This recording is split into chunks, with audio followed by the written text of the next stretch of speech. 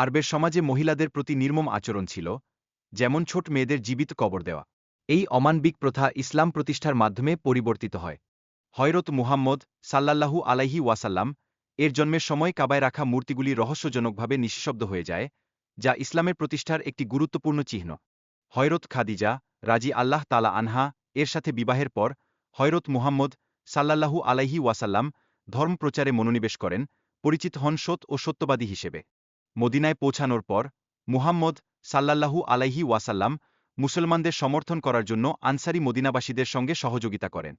বদরের যুদ্ধের সময় মুসলমানদের সংখ্যা ছিল মাত্র ৩ জন, কিন্তু আল্লাহ তাদের সাহায্য করেন এবং মক্কার কাফিরদের পরাজিত করেন। যুদ্ধের সময় একজন মুনাফিক আবদুল্লাহ ইবন রুবেইস যুদ্ধ ছেড়ে চলে যায়, যা মুসলমানদের জন্য একটি চ্যালেঞ্জ হয়ে দাঁড়ায়। ইমাম আলী যখন যুদ্ধের জন্য প্রস্তুতি নেন, তখন তার সাহস ও নেতৃত্বের গুণাবলী প্রকাশ পায়। তিনি যুদ্ধের ময়দানে আগ্রহী ছিলেন এবং শত্রুর বিরুদ্ধে দৃঢ়ভাবে দাঁড়ান। যুদ্ধের পর আল্লাহ একটি শক্তিশালী ঝড় পাঠান যা শত্রুদের ক্যাম্প ধ্বংস করে দেয়। এর ফলে শত্রুরা খাবার ও পানি সংকটে পড়ে এবং পরাজিত হয়ে রিট্রিট করে।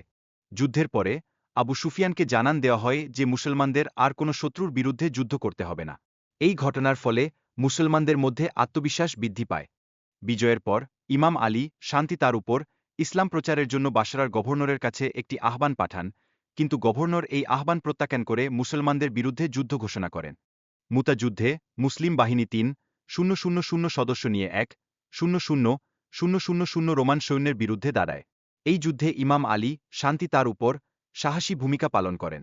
মক্কার বিজয়ের পর ইমাম আলী শান্তি তার উপর শত্রুদের বিরুদ্ধে ক্ষমা প্রদর্শন করেন এবং মুসলিমদের শক্তি বৃদ্ধি করতে সাহায্য করেন, যা মুসলিমদের ঐক্যকে দৃঢ় করে। ইসলামের শত্রুরা কখনো কখনো তাদের স্বার্থে কাজ করেছিল, যা মুসলমানদের জন্য একটি কঠিন পরীক্ষার সৃষ্টি করেছিল। ইসলামের প্রসারে যুদ্ধের গুরুত্ব ছিল অপরিসীম, তবে প্রার্থনা ও ঐক্যের মাধ্যমে মুসলমানদের একতা বজায় রাখা জরুরি ছিল। যুদ্ধের পর ইসলাম একটি বিশ্বশক্তিতে পরিণত হয়, তবে এর ফলে নতুন রাজনৈতিক ও সামাজিক চ্যালেঞ্জগুলি দেখা দেয়।